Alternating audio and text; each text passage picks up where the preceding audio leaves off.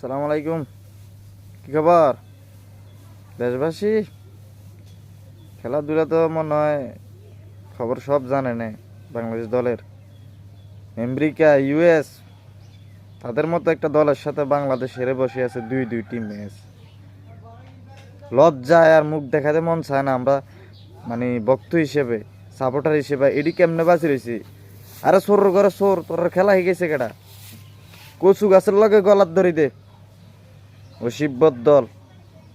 Cricket খেলা হয়ে গেলে সারি দি দেশ হয় কামলা দে। কামলার বেতন দিন হাজিরা 1000। এখন ধানের মৌসুম, ধান কাটে মানছে।